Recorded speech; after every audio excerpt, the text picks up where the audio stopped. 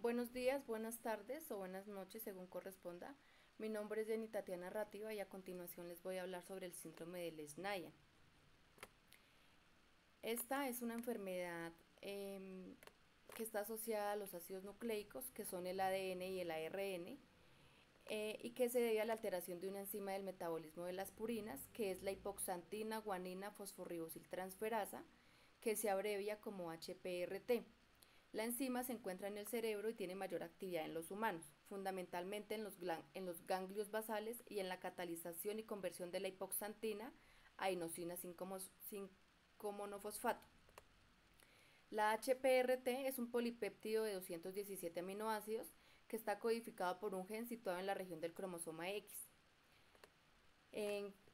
Cuando se presenta la ausencia total de esta enzima, ocasiona que exista una acumulación de ácido úrico en el organismo, que es el producto final de la degradación de las purinas y que para el caso de los ácidos nucleicos son las bases nitrogenadas adenina, hipoxantina y guanina. En cuanto a la ruta metabólica que puede afectar este síndrome, encontramos que la HPRT cataliza las siguientes reacciones. Primero, la hipoxantina con el fosforribosilpirofosfato, que se hace para poder producir la inosina monofosfato, y la guanina, que también se hace con el fosforribosilpirofosfato para producir guanosilmonofosfato. Entonces, al estar carente en su totalidad la enzima HPRT, lo que hace es afectar la ruta metabólica de la vía de rescate de las purinas, por lo que se acumula el PRPP, que es la coenzima que se necesita para poder pasar la hipoxantina y la guanina a monofosfato de inosina y guanosina. En cuanto al metabolito, la enzima que está relacionada con esta enfermedad, como mencioné anteriormente, encontramos eh, las bases nitrogenadas de la hipoxantina y la guanina. La hipoxantina se recicla poniéndola con el PRPP para poder producir IMP y la guanina se recicla con el PRPP para poder producir guanosilmonofosfato o GMP.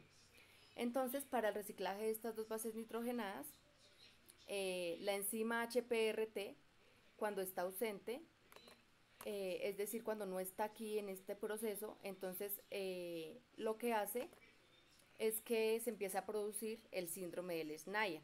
Es entonces cuando la deficiencia total de esta enzima no se utiliza, ocasiona que el PRPP se empiece a acumular debido a que no se utiliza para el reciclaje de las purinas, y esto ocasiona que se produzca la activación excesiva de la glutamina PRPP amidotransferasa.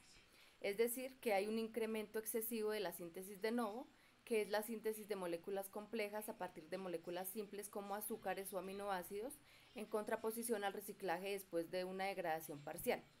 Por lo tanto, empieza a haber una producción excesiva de catabolitos de las purinas, que es el ácido úrico y que es el que produce todas las alteraciones del síndrome de Leschnaia. Ahora, en cuanto al efecto bioquímico que tiene este síndrome, encontramos que se ve la afectación de la forma en cómo el cuerpo produce y descompone las purinas, que son una parte normal del tejido humano y que ayudan a conformar la constitución genética del cuerpo. Esto se debe a la total ausencia de actividad enzimática de la hipoxantina fosforribosiltransferasa. Y la primera consecuencia de esto, como mencioné anteriormente, es la acumulación del fosforribosilpirofosfato o PRPP, que lo que hace es ocasionar un incremento muy notable de la biosíntesis de purinas por la vía de novo y una desmesurada producción de uratos, sobre todo el urato de sodio, que es de baja solubilidad y que termina precipitándose en articulaciones y túbulos renales. En cuanto a la sintomatología, aquí se presentan algunas imágenes de algunos pacientes con este síndrome y cabe resaltar que las características más dramáticas de este síndrome se manifiestan en la primera infancia, aproximadamente en el segundo o tercer año de vida, en donde los niños presentan conductas autodestructivas. En estos casos los niños empiezan a morderse los dedos o los labios hasta que se causan graves lesiones o incluso hasta que se ocasionan amputaciones, como se ven en algunas de las imágenes. A medida que van creciendo también se ve reflejada la conducta agresiva expresada hacia otros niños y pronto se hace evidente el retraso mental y algunos espasmos, así como también cálculos renales y síntomas de gota. Los síntomas y signos que se presentan en este síndrome se clasifican en tres grupos.